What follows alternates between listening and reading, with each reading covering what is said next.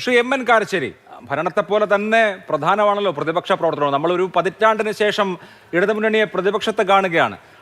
മുൻ മുഖ്യമന്ത്രി പിണറായി വിജയൻ ക്രിയാത്മക പിന്തുണ വാഗ്ദാനം ചെയ്തു. ഇവിടെ ശ്രീ അരുൺകുമാർ പറഞ്ഞതുപോലെ ഒരു പോസിറ്റീവ് സിഗ്നൽ. ഇന്ന് ആ സത്യപ്രതിജ്ഞാ വേദിയിൽ പിണറായി വിജയനും എം വി ഗോവിന്ദനും ഒക്കെ ഉണ്ടായിരുന്നു. പുതിയ സർക്കാരിന് അവർ ആശംസ നേർന്നിരിക്കുന്നു, യോജിച്ചു പോകാമെന്ന് പറയുന്നു.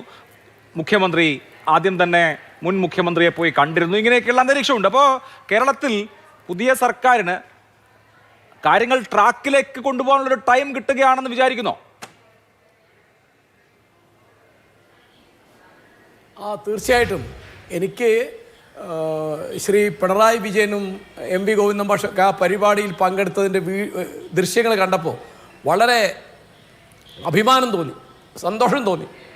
കാരണം ഇങ്ങനെ കടിച്ചു കീറുക, പരസ്പരം തിന്നാൻ വരിക, ചീത്ത പറയുക, ഇതൊന്നും അല്ല ജനാധിപത്യം എന്ന് പറയുന്നത്.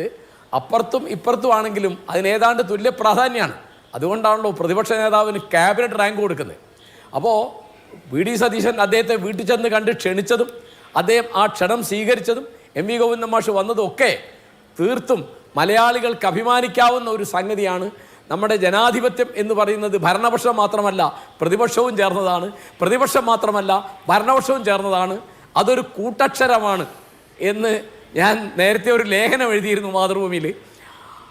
ജനാധിപത്യം എന്നത് ഭരണപക്ഷവും പ്രതിപക്ഷവും ചേർന്നൊരു കൂട്ടക്ഷരമാണ്.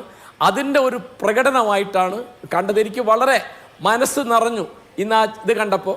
എന്നെപ്പോലെ അനേക ലക്ഷം മലയാളികൾക്ക് ആ തരത്തിൽ നമ്മുടെ രാഷ്ട്രീയത്തെപ്പറ്റി, നമ്മുടെ നേതാക്കന്മാരെ പറ്റി വളരെ സന്തോഷവും അഭിമാനവും അന്തസ്സും തോന്നുന്ന ഒന്നായിത്തീർന്നു ഇന്നത്തെ ആ വേദി.